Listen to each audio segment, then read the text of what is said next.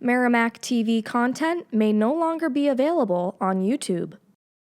To continue watching our programs, please download the Merrimack TV app from your device's app store. Programs may also be available at merrimacktv.com.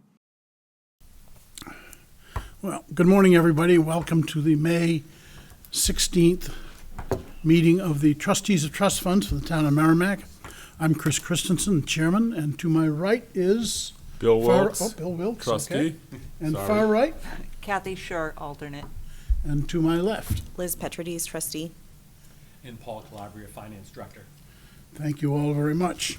First order of business is the minutes of the April meeting. Do we have a motion on that? I will make a motion to approve the minutes of April 18th as written. I think you have an amendment, Bill. Okay. Yeah, I did. That was a long time ago amendment. What was it? It was a plural versus a singular or something like that? No, the motion on the funding for Oh, up to? It was up to 1,000, for not the 1,000. spelling contest was up to 1,000, not 1,000. So that will go in as amendment if it's approved by everybody. Anything else that wants discussion on this? I will second it. Do we need to make a new motion before we? If you accept the amendment, then we can just go along with that. Okay, I accept.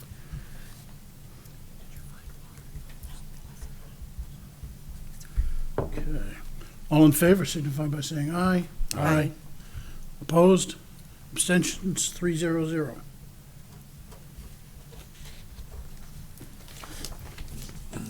And I apologize, I skipped introductions from the audience. If you want to jump right in, that's a good time to do it because you're the next on the agenda. So just very quickly, Lisa Toronto, Cambridge Trust Company. No? Lisa Toronto, Cambridge Trust Company. Lindsay Donovan, Cambridge Trust Company. Okay, you've got the floor. Okay. Looks like the first item on your agenda was the investment policy. So I do have a printed copy of the investment policy. No updates, just did a little bit of cleanup to make the formatting a little bit more cohesive. There were some strikeouts from the last time that we had made some changes to it, so it's just all one color and a little bit more legible. Okay, the final copy that was signed last year has taken that into account. Yes. But I put that one out so you'd see where we'd been making changes. Changes so. were made. Yep. So I do have a copy, if you'd like to sign it. The last one that was signed was August of 2024. Right. So if you'd like to take this one and review it, and have it signed at the August meeting, that would be fine as well. That's the plan. Okay, great. Perfect. Does anybody else have any changes? Normally, we would discuss changes or ask about changes now for discussion and approval at the June meeting and then final approval in August. Mm-hmm. So it's a slow process. Okay. Does anybody else have anything exciting on the investment policy? I do not have anything. Kathy? Liz? I'm good. I have the same opinion. All right. So I'm just going to write as is.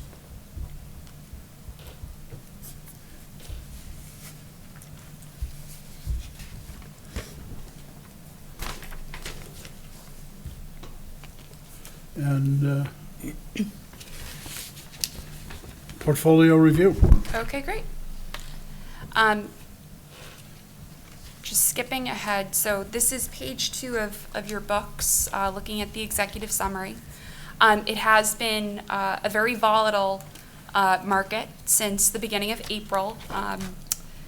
Equity returns were negative for the S&P 500 through April 30th, so down 4.39%. The first 2 weeks of May have reversed that course with the reduction of tariffs to China, the 90-day pause, However, there still is quite a bit of uncertainty around trade policy moving forward, but the market has reversed the negative performance that we had been seeing since April 2nd. Inflation came out at the end of last week.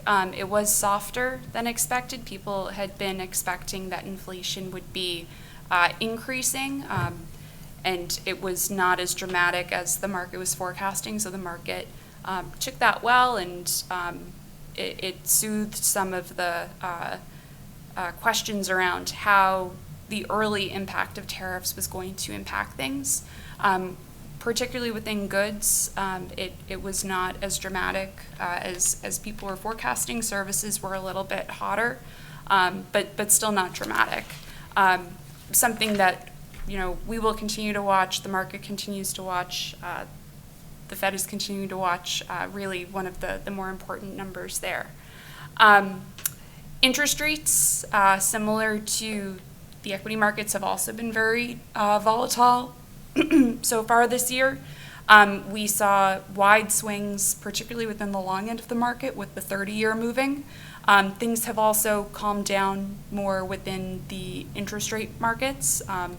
We also saw some widening within the corporate spreads on both the investment grade and the high yield side. So a little bit of a sell-off of a risk-off type of environment. Those have also come back in.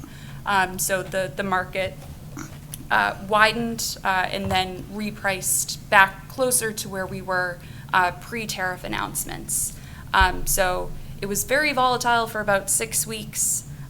Things have come back to a little bit more normalization now, but we are still within the 90-day pause on both the initial 90-day pause and then the new 90-day pause for China. So we are still expecting that there will continue to be some volatility as trade policy gets firmed up.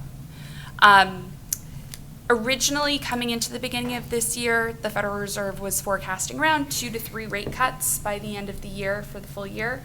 Right now, we're still hanging in around 2 rate cuts, which would be the equivalent of around 50 basis points. But there was a Fed meeting on Wednesday of last week.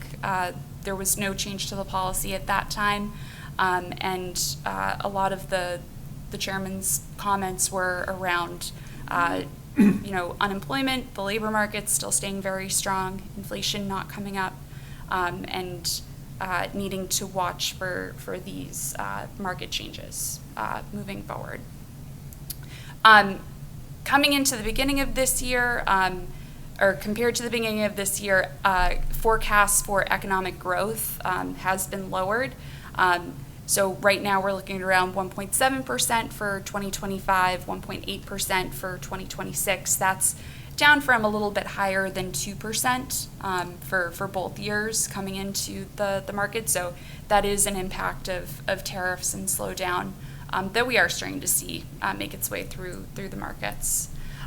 However, equity earnings are still forecasted to grow double digits this year and next year, low double digits, not looking at the 20% plus that we saw last year and the year before. But again, with the uncertainty around tariffs, that number could change throughout the rest of the year as we continue to see the impacts there. So that's generally what's been happening within the markets up until this point. If I move down.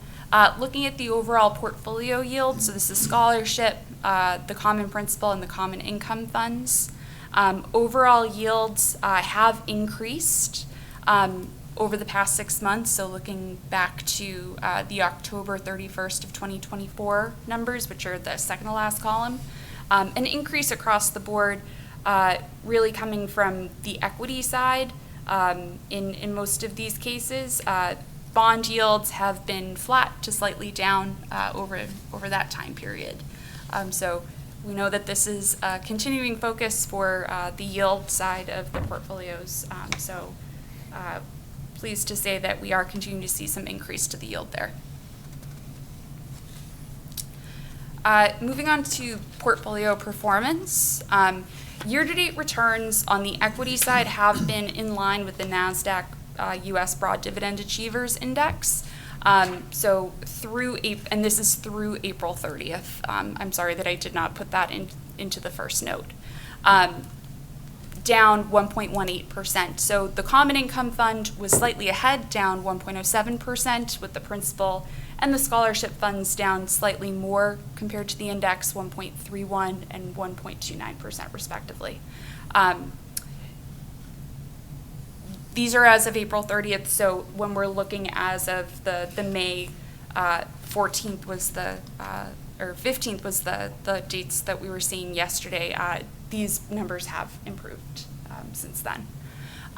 Bond returns overall have underperformed a little bit, mostly because of the exposure to high quality corporate bonds. So as the rally happened throughout the second half of April into the beginning of May, lower quality started outperforming relative to high quality. We really are continuing to focus on the higher quality within the portfolios due to the increased volatility. So a little bit of underperformance there. Some recent trades that we've had since the beginning of the year are really focused on adding high quality energy and financial stocks on the equity side to the common income and principal funds.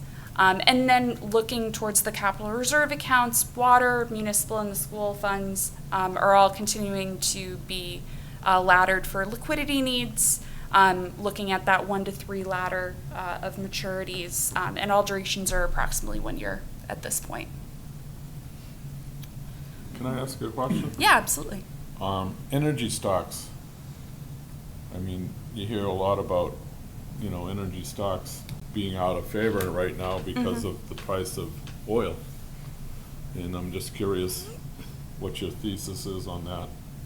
Yes, so we did add to Kinder Morgan earlier in the year, so really focusing on a higher quality producer that's well positioned within the framework that we think has a good dividend yield and should, continue to outperform. But overall, energy absolutely has been struggling so far this year with the impact to energy prices.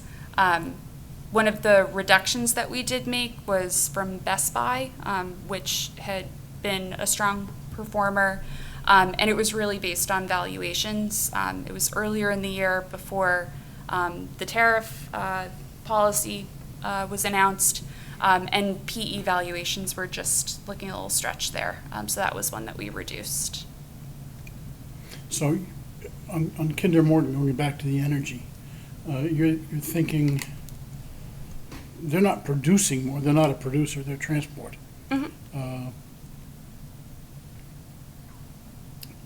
Can they squeeze more into the pipeline? Is that the plan, or how are you seeing them as a growth? Just a high quality performer for the pipelines overall, and where they're not a producer, they're well positioned for continuing to improve on margins and be a good performer. So continue to get exposure to the energy space without having that direct exposure. And you said we sold, I missed it when I looked at it. We sold Best Buy? Yes. That makes sense. Because nobody's buying. Yep. All right, didn't mean to interrupt, go ahead. No, not at all. I do just have a couple of slides.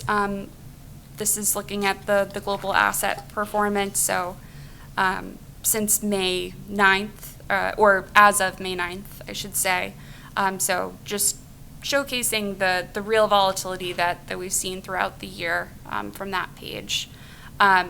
S&P valuations, so you can see the dip. We're still 1 standard deviation above the 30-year average when we're looking at the forward PE ratios, but overall cheaper compared to where we started the year. So our equity team is going through all of the earnings and really trying to find good opportunities here for new additions to portfolios. Corporate profit expectations, so this is just what we were talking about a little bit earlier with the expectations for 25 and 26. So still, the expectation is around 11% in earnings for 2025, 14% for 2026. So lower compared to expectations coming into the year, I think, but still very strong considering the environment with GDP growth at this point. One area that I did just want to highlight, consumer confidence has been falling, which I think has been in the headlines a lot. There is a difference between sentiment versus some of the actual numbers that we're seeing printed, but it is an indicator that we follow very closely. And it is very highly correlated with what expectations are from the consumer side at this point. So with the lower than expected inflation numbers, we are seeing a little bit of a disconnect between consumer confidence at this point and what the numbers are actually showing. We've had this slide in for quite some time, but just continue to showcase bond yields are still very attractive here, particularly when you compare them to the 10-year averages. So still finding some good opportunities for the capital reserve portfolios and the fixed income side of the common trust fund portfolios as well for income generation. And then this is just showcasing Fed futures markets. So this is as of May 12th by the December meeting, showing 2.26 25 basis point cuts at this point being priced in. It has been moving around. So we will continue to watch it and see what happens moving forward. That was the deck that I had prepared. If you have any more questions, I'd be happy to answer anything, or we can move into the performance for the individual funds. This is a little bit individual funds, but perhaps a more global question as well. Mm-hmm. You mentioned in the introductory remarks about 1 year being the dominant ladder point. 1 year portfolio duration? Yeah. And I was thinking, if we know or think we know that Fed rates are going to cut, then I would expect corporate rates to follow suit. Wouldn't we be better off to extend the ladder a little bit? So on the, I should have clarified before, and I apologize. For the capital reserve fund, so for the municipal water, for the larger Merrimack Muni Fund, those ones are laddered with about 1 year of duration for capital reserve. So really the ones that are focusing in CDs as well as the treasuries. For the principal fund, for the scholarships, those do have longer durations. And those are, as you said, more diversified, also holding corporates. So for the liquidity needs, we keep it in that 1 to 3 year ladder with the duration coming in around 1, but we do have maturities that are further out than that. For the common trust portfolios, the durations for those are going to be closer to 3.5 to 4 years, so a bit further out on the spectrum. All right, I'm thinking of the capital reserve funds for the town. Right. So those, extending those. I don't remember, Paul, you can help me out. I think we have about $6 million there. Mm-hmm. And we know every year we put in $2.5 million, we pull out $2.5 million December and June, or the other way. Meaning we got $3 to $3.5 million we don't dig into very much. Sure. And that's where I'm thinking a longer, now, of course, we don't have any corporate bonds in this. This is all government securities. That's correct. But I feel like maybe we could squeeze a little bit more out of that $3 million that sits there for longer terms. Sure. And Paul may want to jump in and tell me I'm all wet, so. No, so far you're spot on. There isn't a huge differential when you're looking at moving out in the intermediate part of the curve right now. The belly of the curve is fairly flat, looking from 2 to 3 to 5. I don't know if you'd want to extend much further than 5 years out into the future. I'm thinking more 3. More 3 years? Oh, so more When you're loading up on saying the 1, back end? and I'm saying 3, and I'm Yep. thinking, we could, Yeah, so locking in today's rates for an additional 2 years. yeah, Is that, yeah, as things roll over. right, right. Yep. I'm not telling you how to do it, I'm just suggesting that we should be looking at that sense of direction. Yes. And so typically what happens is when there are maturities, we roll them out along the curve to build the ladder out further. But we can look and see if there are any maturities that are coming up that we can move out as well. We can take a look at restructuring in that way. That's not a problem. And any sort of, we do keep some cash balances within the funds for any sort of liquidity needs. So we can also have a conversation about that to see if those are the right size, and maybe that could be another area to load up a little bit more on 3-year as opposed to having the rotation through. Thank you. Anybody else? Questions, comments? It's a crystal That ball thing. Yes, Who knows, right? Yep. that's right. Treasury It's- rates it's on the probably front end. It's probably conservative to kind of balance it out between 1 and 3 years. I mean, you might not hit the exact high point, but, you'll ensure that you get a reasonable return for the funds, so, Well, it's a matter of, when things mature. If you look at it at that point. Right.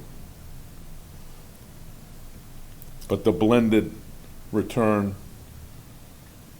will be reasonable if you blend in some 3-year with 1 year and all that sort of thing.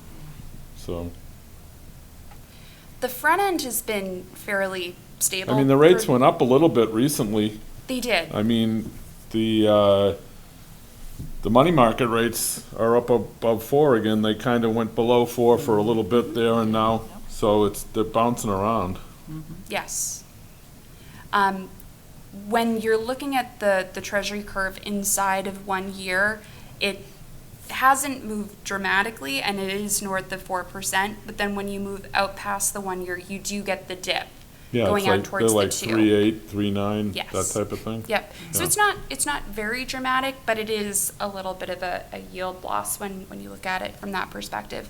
But that's really pricing in the anticipated market cuts when we're going out to 2 years or 3 years that you're seeing that drop. Again, I mean, it's speculation, right?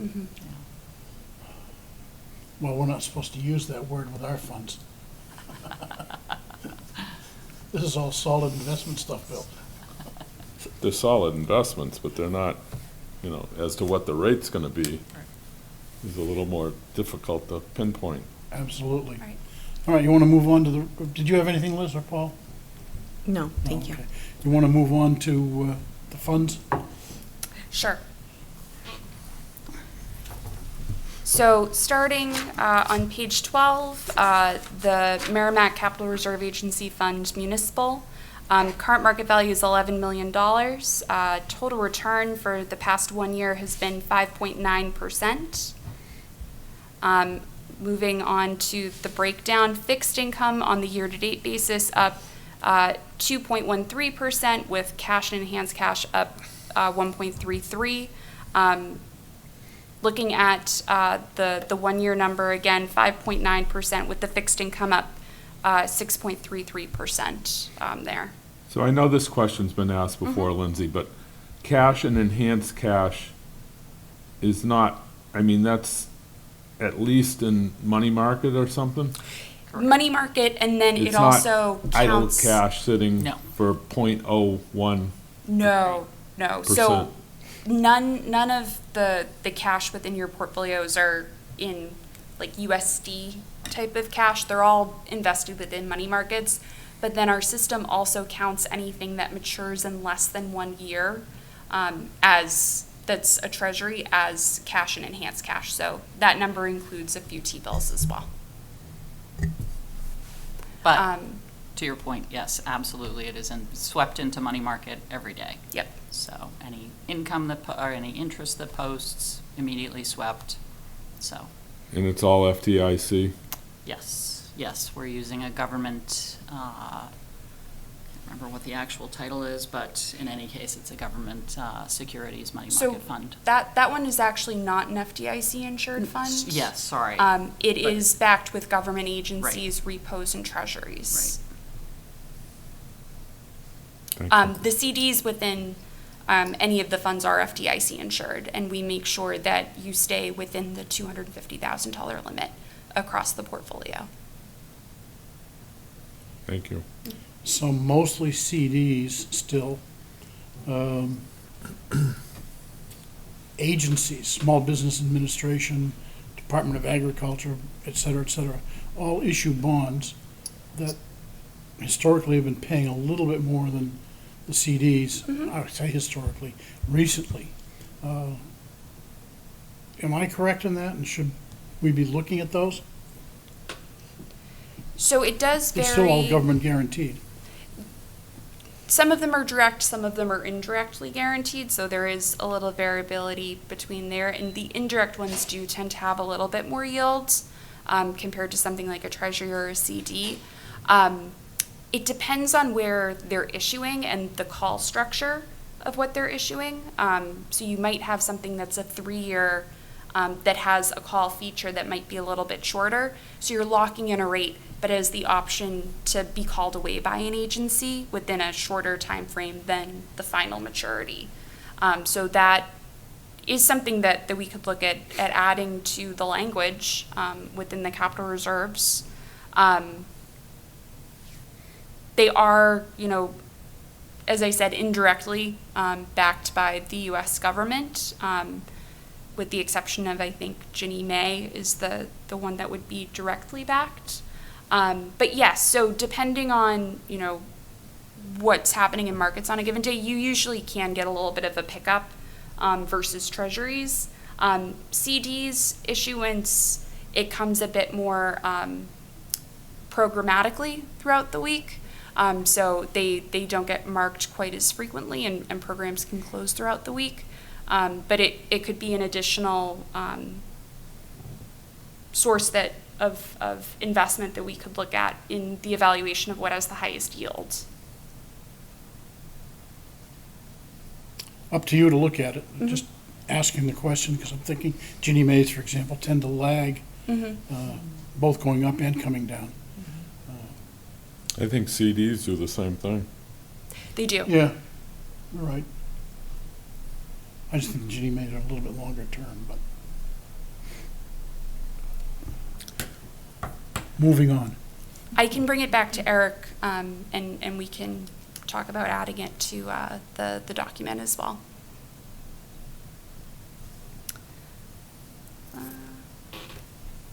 So looking at the Village Water District Capital Reserve Fund, total market value is $7.8 million.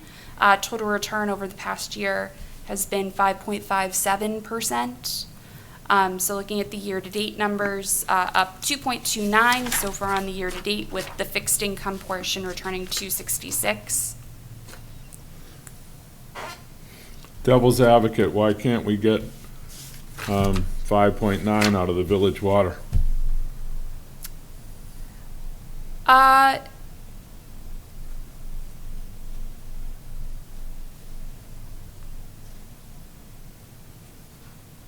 I think it probably depends on which specific securities that we're investing in. So when cash comes due to be reinvested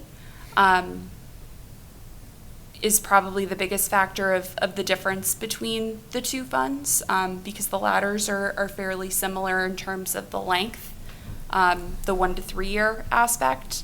but they don't all hold the same exact securities. So the frequency of when funds are available to be reinvested, there might be something slightly different within the municipal portfolio as opposed to the water portfolio, just based on that sort of timing.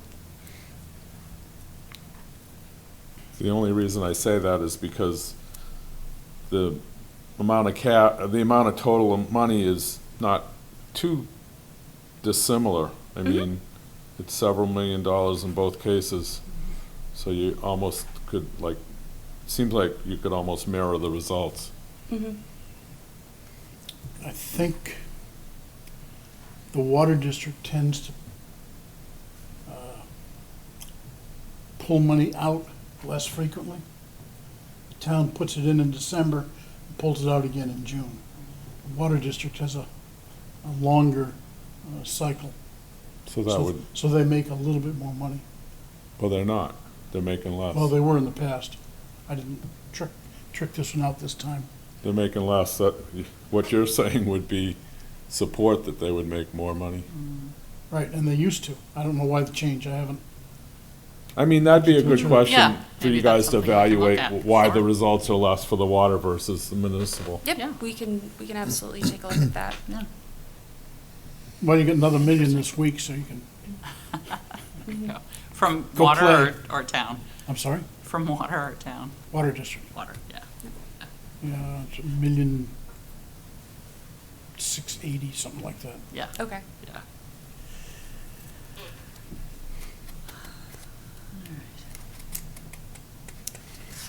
Looking at the principal fund, current market value is 6.2 million. About 70% currently in equities, 28% fixed income, 3% in cash.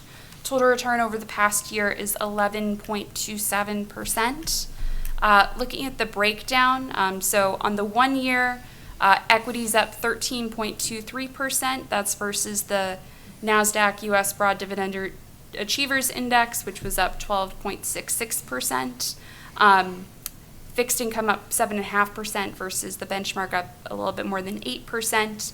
On the year-to-date basis, slightly negative, down 26 basis points, really showcasing the asset allocation here, with fixed income having this positive return on the year-to-date basis, up 2.37%, with the equities down 1.31%. And this is as of April 30th, so numbers have changed slightly since the beginning of May, where we did have a few more changes to policy as well. So philosophically, what is your position on, like, the whole market dynamics with, you know, Liberation Day and the downdraft, and now we've recovered? I mean, what's kind of your go-forward plan with equities? Sure. So throughout the downdraft, we really were looking at the quality within our portfolio and trying not to make any big decisions at that time because of the uncertainty around trade. So we are continuing to evaluate, the international position versus domestic position, because international has had some strong performance since that time, and really, evaluating where it sits within the portfolio and how domestic is going to be situated for growth moving forward. So that's been a big item for discussion. Also looking at the overall composition from a sector basis, so looking towards those dividend yielding companies as opposed to those that have had strong growth over the past. So really doing bottoms up work on the individual names, but then also top down on the amount of risk that's taken within the different buckets, and trying to right size that.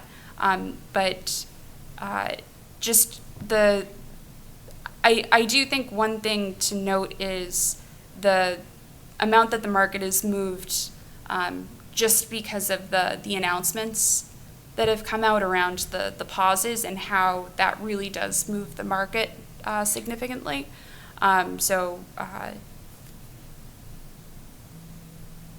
just trying to reevaluate and understand, where things are going to be going in the future, and making sure that we're taking the right size positions within those areas. So no major changes, No major changes right now, no.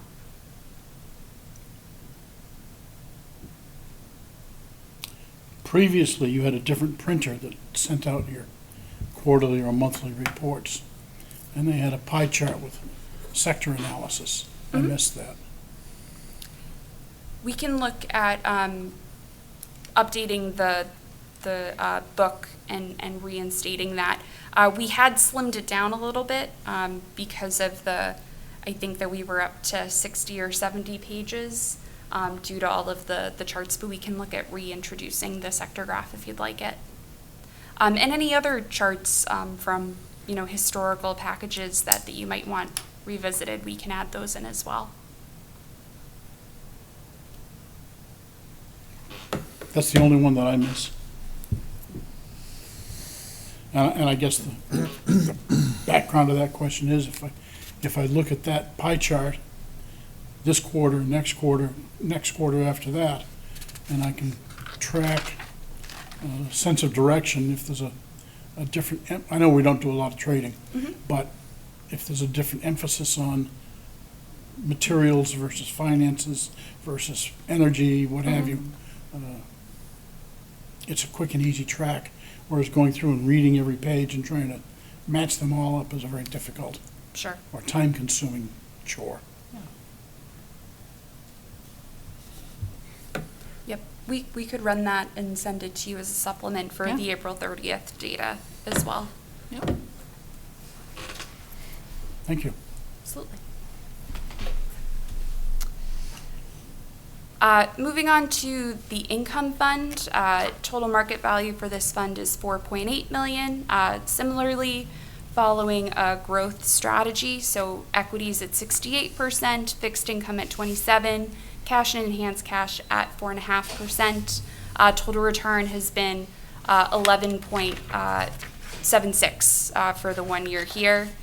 Looking at the year-to-date numbers, equities, the total portfolio down 0.2%, so pretty flat compared to the beginning of the year. Equities down 1.07%, with fixed income up 2.67%. That's as of April 30th? This is as of April 30th, yes. So, April 30th is way back in history now. Yes. And we did see more positive performance throughout the first 2 weeks of May. Looking at the school district fund, Capital Reserve Agency, total market value is $1.2 million, and total return for this fund has been 4.92% for the 1 year. Looking at the year-to-date numbers, up 1.83%, with fixed income up 2.78%, and cash and enhanced cash up 1.35%. Yeah, we should be getting another $500,000 for the school. Last annual meeting, they passed a warrant article to start a new fund for $500,000 Okay. out of surplus at year end. So we won't know until July what their surplus was at June 30th. And if they didn't have any surplus, which is unlikely, then that would be a moot question, but it's just, that money should be coming in a few months. I thought it was 800,000 for that. I think they knocked it down. Oh, did they? Well, it was approved by the voters of 800, wasn't it? No, they changed the number at the deliberative session. Pretty sure. We'll see when we get the money. Is the school district fund another one that you would want to look at extending duration compared to the current 1 year, or is that something that you would want to continue having more of the ladder that rolls off more regularly in case of liquidity needs? We're trying very gently to get the school district to increase their use of capital reserve funds, Okay. but they're very, they've always just been, put it in the budget and do it on a one-year cycle. So, some of that stuff, I think that $600,000 for special education, I think that fund's been untouched for 10 years.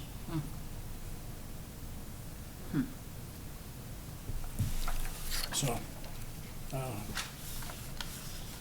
you can look back over the last several years and see that the school district really doesn't take much out of their capital reserve funds, and they don't put much in. Different philosophy is their phrase.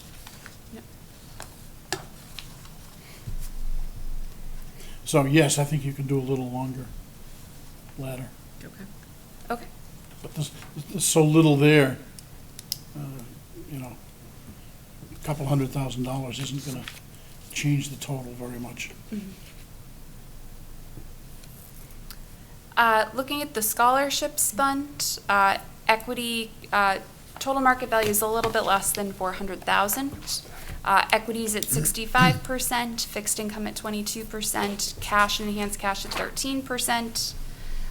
Total return has been 10.58%, excuse me, over the past year. On the year-to-date basis, total return is down 12 basis points, with equities down 1.29% and fixed income positive 2.77%.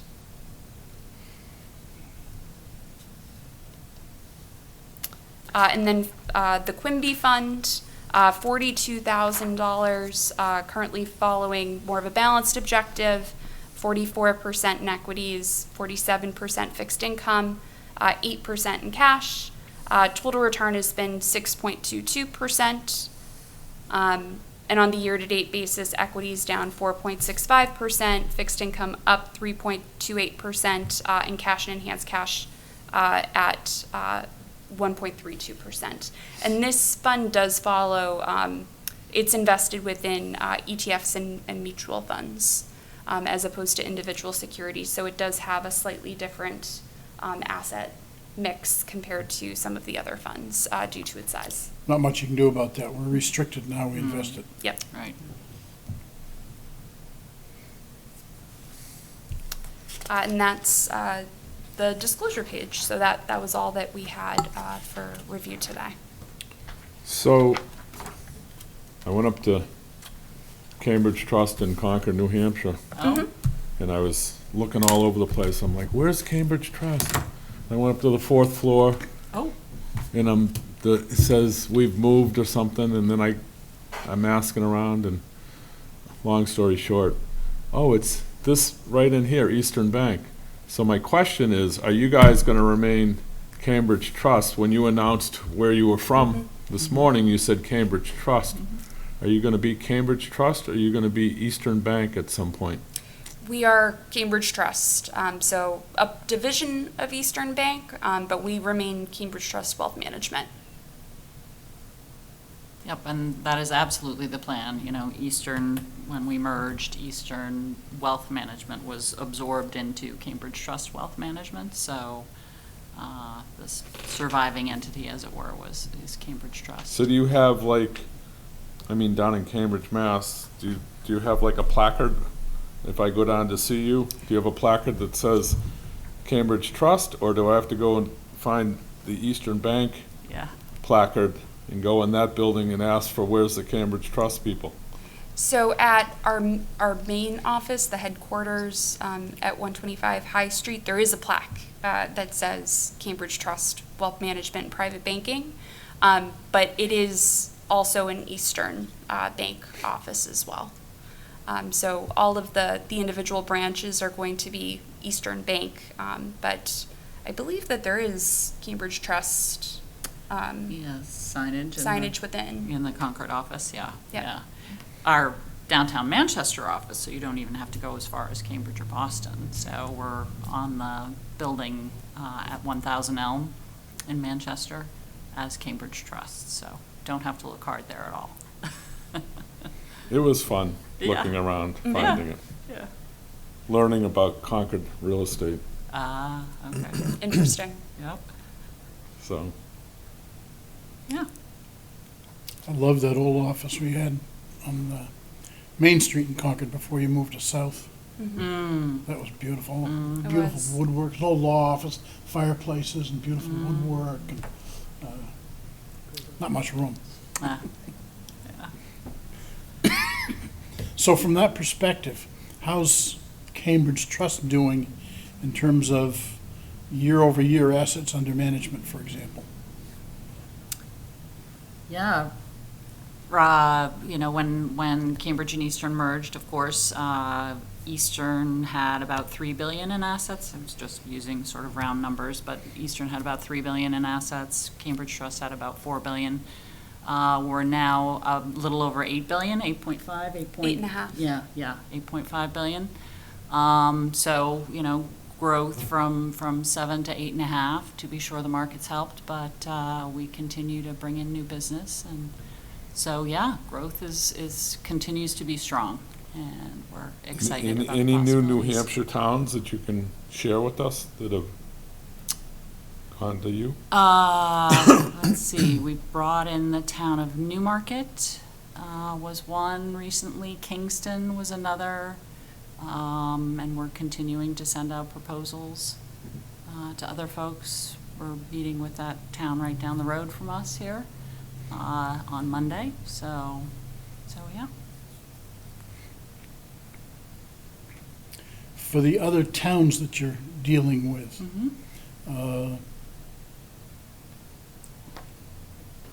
are any others of those on a fiscal year or calendar year? Yeah. Interestingly, most of the towns, well, more than half in any case, maybe 70%, 60%, are on a 6/30 fiscal year.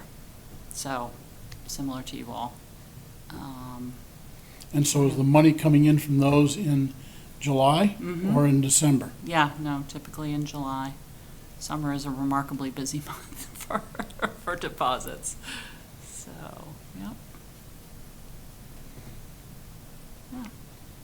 Well, thank you for coming. All right. I don't know if we had anything else on the checklist or not. I know you had estimated Estimated withdrawal. town capital reserve Yep. funds. We're probably looking at 2.5 to 3 again, just like last year. Okay. We'll start working on that in the next week or two, but certainly we'll get that number to the trustees and then obviously forward it on to Cambridge ASAP. Great.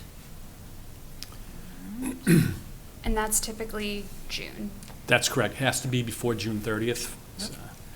So we get it and approve it on June, I think our meeting is the 16th, June Okay. 20th. 20th, thank you. 20th. And then wire transfer, so it's all done, as Paul says, before the 30th. Before Yep. June 30th, that is correct. Thank you. All right. Yeah, no problem.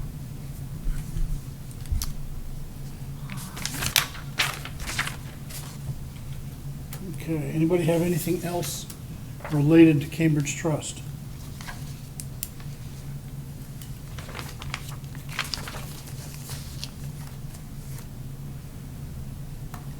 If you do anything as suggestions for the investment policy, if we can get it first or second week of June, or sometime before the 20th, so we can print and distribute if we need to.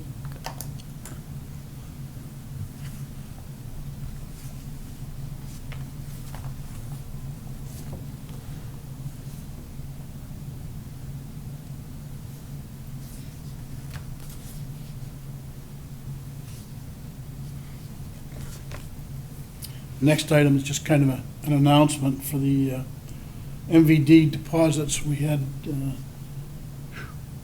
68,490 going into system development, 800,000 going into, should have written bigger, the equipment fund, and 200,000 going into the water purchase fund. So there's the million that Right. Yeah. You just So we- received. Yes, yep.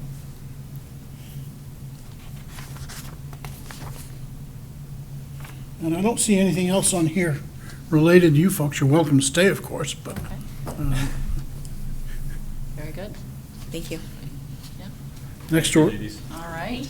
Thank you all. Have a nice weekend. Yeah, you too. Stay dry.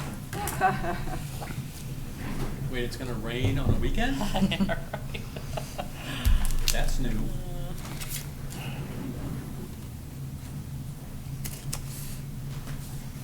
so the next item is flower funds. Thank you. Thank you much. Have a good day. Yep.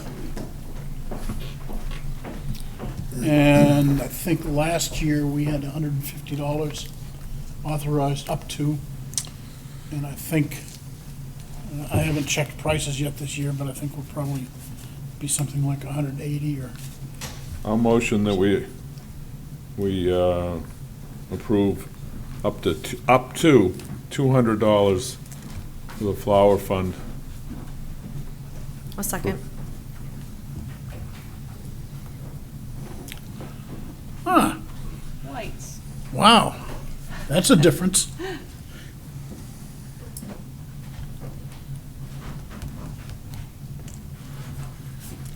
Any discussion? Seeing none, all in favor signify by saying aye. Aye. Aye. Motion carry 300.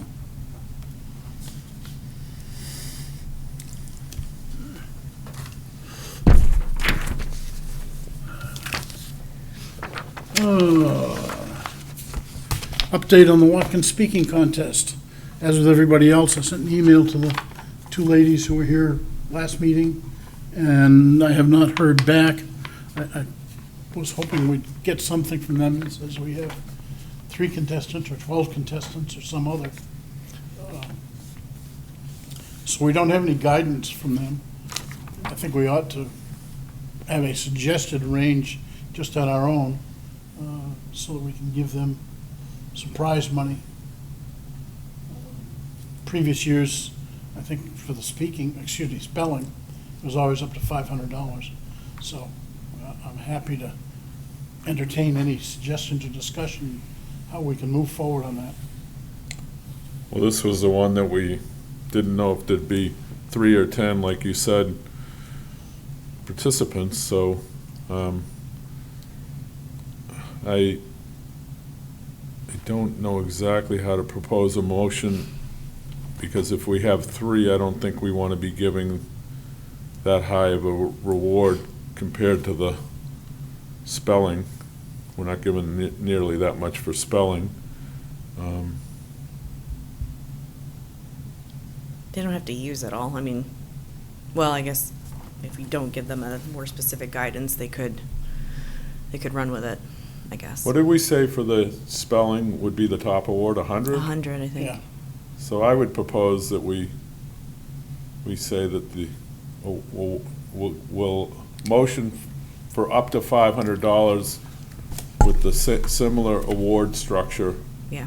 of the spelling contest. I'll second.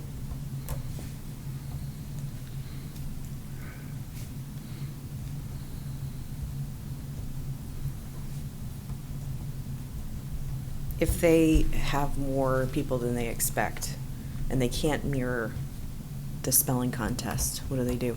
Come back to us. Yeah, they can come back June 20th. Okay. You know, they have money in their pocket that they spend. What kind of preparation do these kids have to do for this speaking contest? I mean, are these awards commensurate with the kind of effort that needs to be put in? Or, I mean, is that why they're not getting a lot of participation? Is it not worthwhile?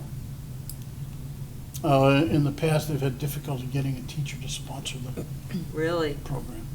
That's too bad. The speech is basically 5 to 7 minutes. Something memorized, does not have to be original material. Midnight Ride of Paul Revere is a common one. The Cremation of Sam McGee is a common one. We had one from, I don't know, President Reagan's second inaugural speech, something like that. Somebody So it's pulled out some presentation. Excerpts. Yeah, Yeah, okay. but it's supposed to be a speech with no notes. Mhm. That's a lot of work. It is.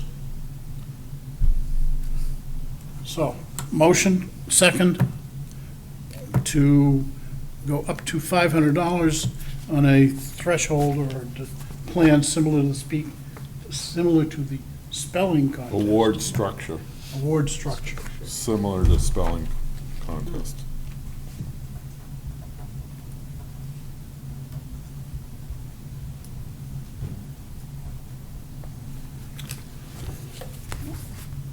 Okay, all in favor signify by saying aye. Aye. Aye. 300.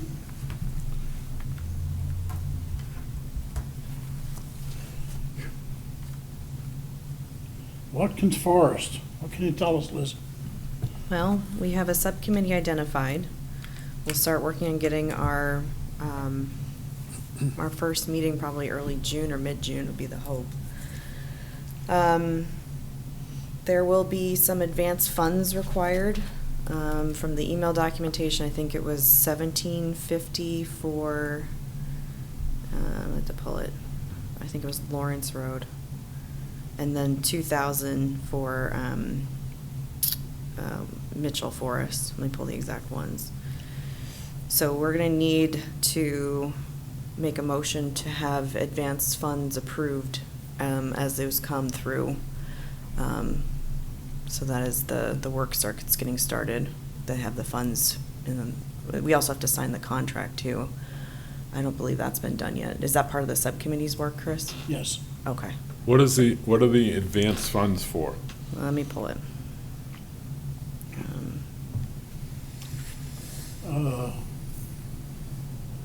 It's in the contract, but it's basically, I don't want to call it a deposit because they're actually doing work, but laying out or getting the permits and the intent to cut forms and all the related paperwork that has to be done before they can actually go out and play in the woods. Okay. And there's a $90 an hour manpower charge if they come and attend your meeting. Right. We're gonna try and not have them come to the first meeting. We'll see though. Okay, this one is the Lawrence Road, so I think I had them backward. Gross fee of $14,000 payable in the following installments. $2,000 due at the signing of this work order agreement. An additional $6,000 due when 75% or greater tree marking is completed, and the balance of the fee, $6,000 due at the completion of the harvest, or prorated due to work stoppage related to deteriorating ground, whatever. And then, yes, to your point, Chris, any special meetings in public, with the public or butters will be held at $90 an hour, including travel. So that was Lawrence Road. Mitchell is a separate charge. Mitchell, the contract comes out to $11,250, with the following installments: $1,750 due at the signing of the work order agreement, with an additional $4,750 due when 75% or greater of the tree marking is completed, and the balance of the fee, $4,750 due at completion of the harvest, et cetera, same $90 per hour fee for travel, plus travel, I should say. So, So we're not going to spend it all at once. No. But No. we can authorize right, all at once. Yep. And eventually, the funds come out of the proceeds of the sale anyway, so not all of it, there's an in and out factor there. The other question I think we need to agree on is expending these advance funds out of principal. And normally, we do not expend anything out of principal, or historically we didn't. And then the Department of Justice Charitable Funds Division said, oh, but you can take money out of principal to pay bank fees, for example. Because we were paying all the bank fees out of income, and that was just drawing down tremendously on the income side of the ledger. So they said, no, you can do it out of principal. So I'm thinking, because we're putting money back into principal we can take money out of principal for the overhead of the cut. But I just want to know if everybody else sees that the same way, or if there's discussion, or if we need to do any research on it. I think we probably need to research that first. That seems like it could be similar, but let's just do our due diligence to make sure that we can do that first. If we need to wait for sign-off, do we want to postpone the motion to award the funds?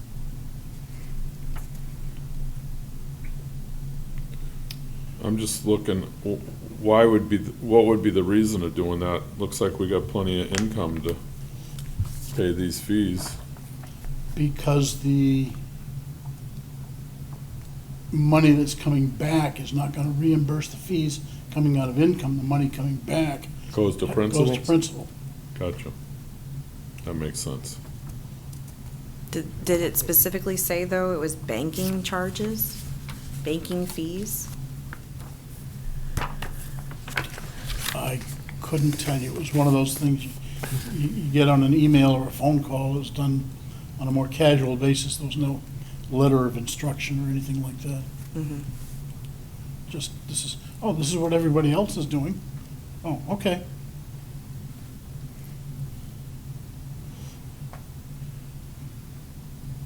Any thoughts, Kathy?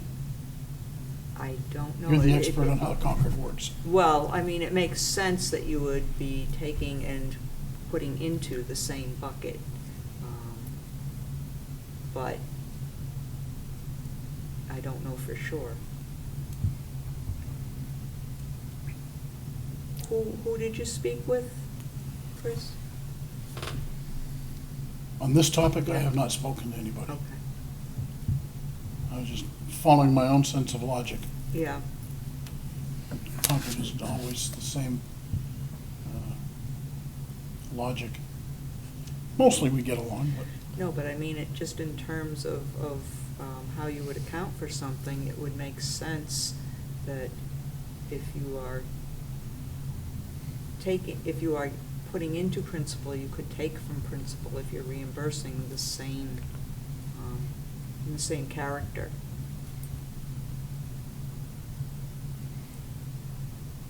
so we could have a motion to authorize expenditure from the Forest Income Fund and the side of the fund to be determined, since we're not writing any checks right now. Or we can hold off until the June meeting. There's no rush. You're going to have a meeting in June probably. Right. And by that time, we should have a better answer, so we can double-check the sourcing and do that. Okay.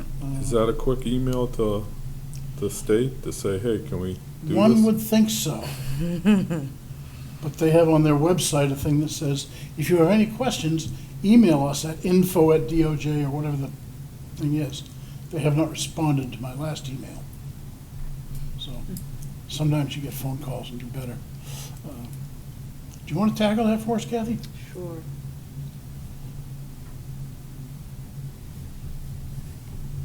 You'll pull up there, don't you, Kathy?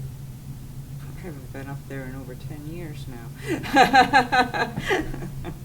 But I may know somebody there, you never know. So this specifically, it's this timber cut, and we're wanting to know if we can Pay the upfront fees. pay the upfront fees out of the principal that will be coming in, the monies that will be coming in from the cut, as opposed to our income stream. But we Right. have to go into the principal before we get money back. So we have current principal we'd have to pay the fees from. Not. Right, it not wouldn't be tit future for tat, but not it's going to projected be- principal yeah, yeah. additions. I think it's probably on the spreadsheets you just got, but I think we have about $400,000 in principal and $300,000 on the income side of the fund. Principal 402. That's pretty close.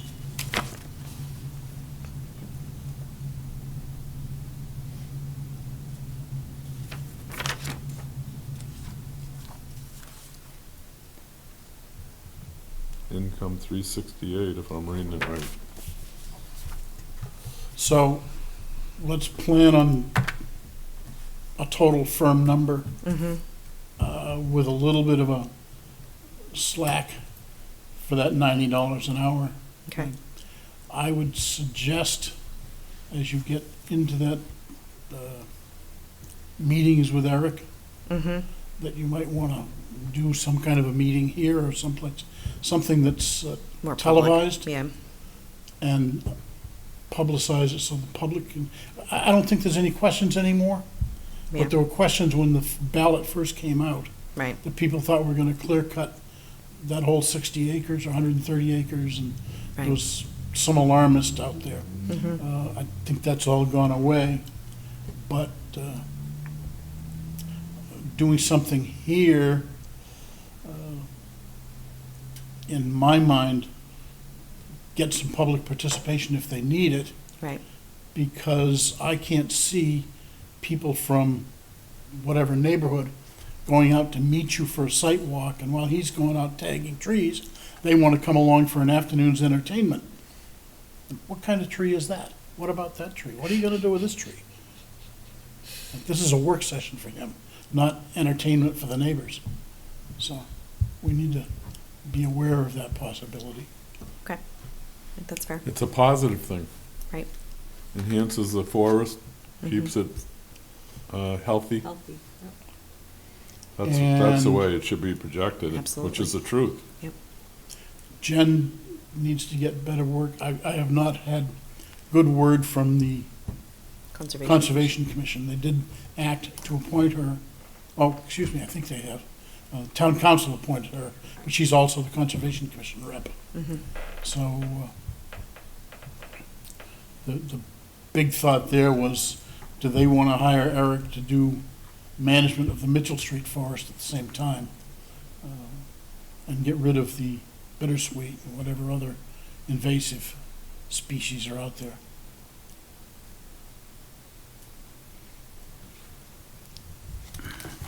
So if we have the meeting before June 20th, we really can't, because we need to wait until after the June 20th meeting once we've authorized the funds. If we sign, we won't have the funds approved on June 20th, right?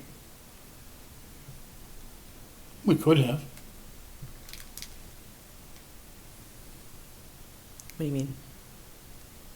Well, you could get together and have your meeting and approve and sign the Oh, and just hold it? things. Yeah. Any check that's gonna go out is gonna come directly from the bank Yeah. to Evergreen Forests. Okay. So they're not gonna be handed to them at the same, left hand, right hand kind of thing. Okay.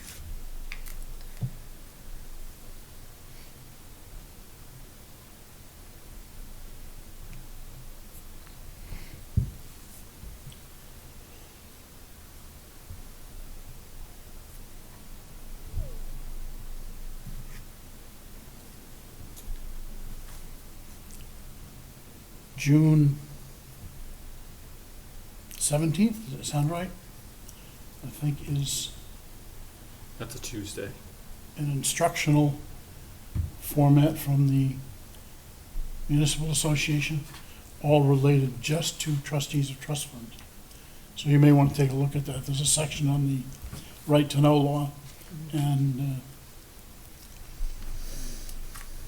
I think they've got all their right to know speeches all wrapped up, because they'd like to give that one. It's not as important to us because we don't do anything in non-public, or very little.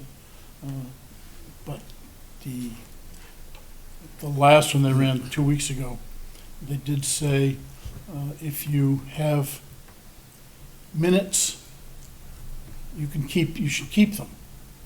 But if you don't go through an approval process, then you don't have to publish them on your website. You just keep them. So you may want to have minutes, but if you go through an approval process, then there's much more involved in keeping them on the website and turning all the records in at the end of the year for hard copies for the town clerk to publish and so forth. So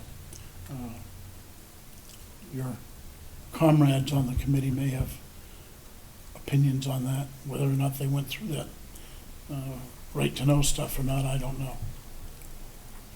It was like a 6-hour seminar.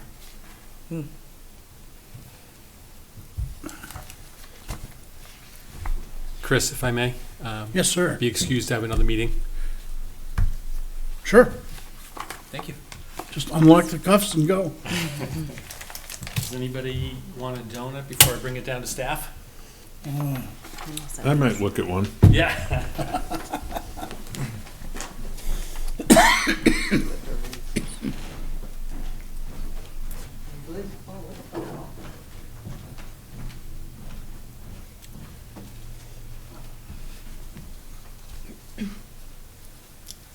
Not my favorites, but I'm not gonna say anything. Kathy, you good? Free donut's a free donut, right? No, thank you, I'm all set.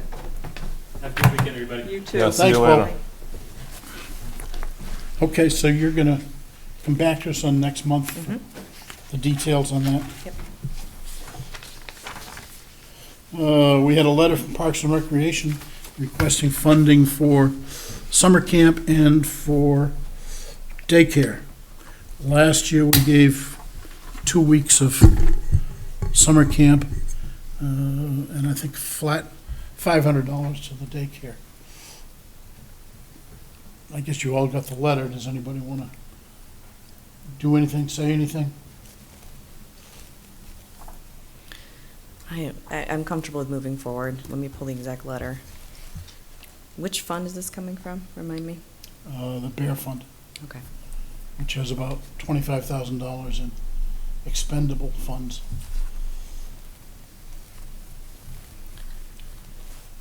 The weeks are $300 each or something like that? 310. 310.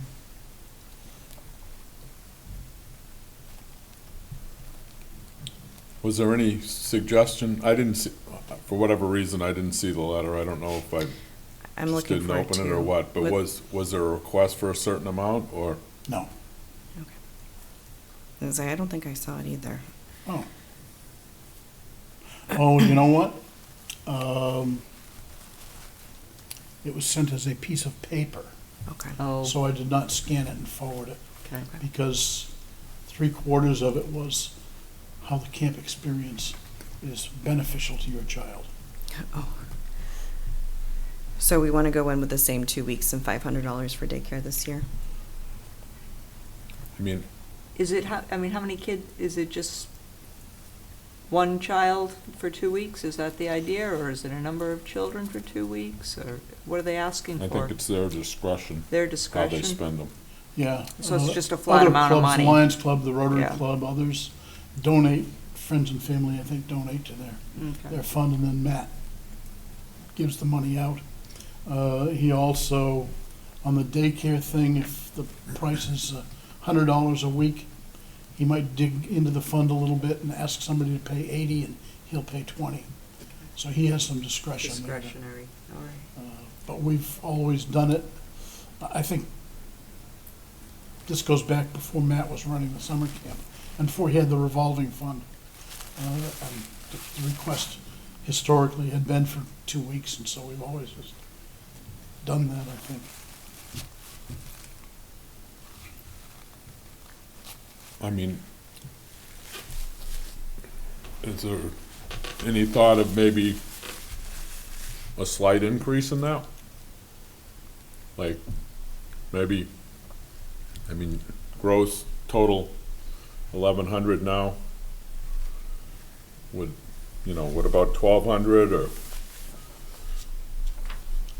I'm gonna try and remain out of this one. All right, I'm gonna propose that we give $600 for daycare and 2 camperships at $310 each, for a total amount of $1,220, I think.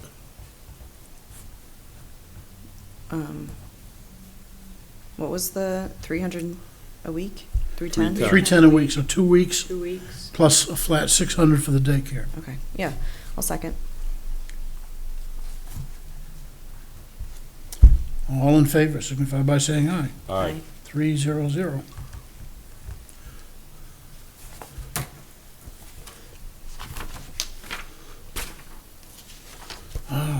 We're up to the highlight of the night meeting. Next meeting, June 20th. that okay with everybody? Yep. Works for me. No July meeting, that's okay with everybody. Then August 15th I have, which is when we would have to turn in reports and the investment policy and that kind of thing. Tentatively good for me. Okay? And then I put down September 19th for planning purposes. Sounds good. Motion to adjourn. Nope. Anything else? I guess we don't have any public today. Is there anything else, any other last items? There being no further business, we are adjourned. Don't Very need a good. motion. Very good. At